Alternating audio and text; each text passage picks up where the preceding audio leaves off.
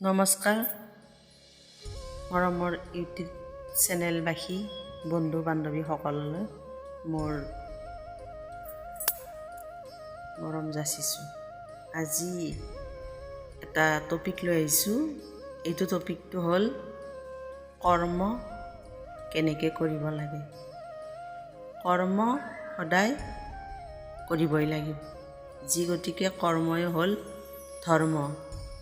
কৰ্ম কৰিলেহে আমি খাবলৈ পাম আৰু কৰ্মৰ কোনো সৰু বৰ নাই।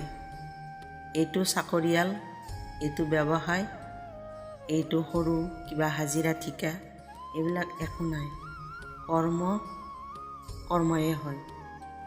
সেইকাৰণে মনৰ শান্তি লৈ কৰ্ম কৰিব লাগে আৰু যিটো কৰ্ম কৰে সেইটো ভগৱানৰ ওপৰত এৰি দিব লাগে যে ভগৱান মই এইটো কাম কৰি আছোঁ আৰু যি ফল দিব লাগে সেইটো আপোনাক ভগৱানে দিব।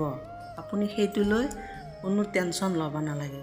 ঠাণ্ডা মনেৰে এই কৰ্মখিনি আপুনি কৰি যাওক আৰু আপুনি আগৰ জনমত যিখিনি কৰ্ম কৰিছে ভাল, সেইখিনিৰহে আপুনি ফল পাব। আৰু এই জনমতো ভগৱানক যদি ভৰিত চৰণত যদি ধৰি ভালদৰে কাম কৰে তেতিয়াহ'লে আপুনি কষ্টবিলাক সদায় অলপ কম পাব। যদি বেছি কষ্ট পাব লগা আছিল সদায় কষ্ট কম পাব। আৰু কোনোদিন ভগৱানক দুখ দিব নালাগে যে ভগৱান কিয় এইটো কৰিলা, মই এনেকুৱা কৰিছিলোঁ, এনেকুৱা কিয় হ'ল। কিন্তু এইটো কোনোদিন কেতিয়াও নক'ব ঈশ্বৰক। ঈশ্বৰে সদায় ভালেই কৰে, কোনোদিন বেয়া নকৰে।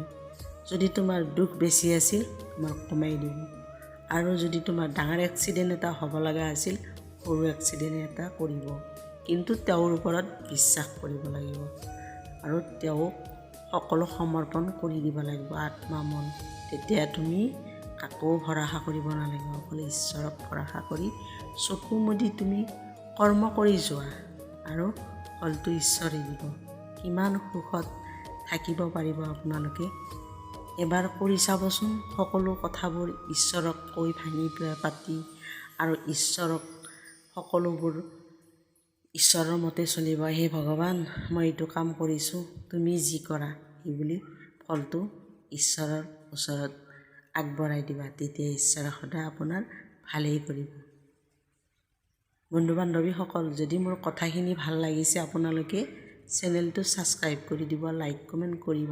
তেতিয়াহে মই আকৌ বেলেগ ভিডিঅ' বনাব পাৰিম।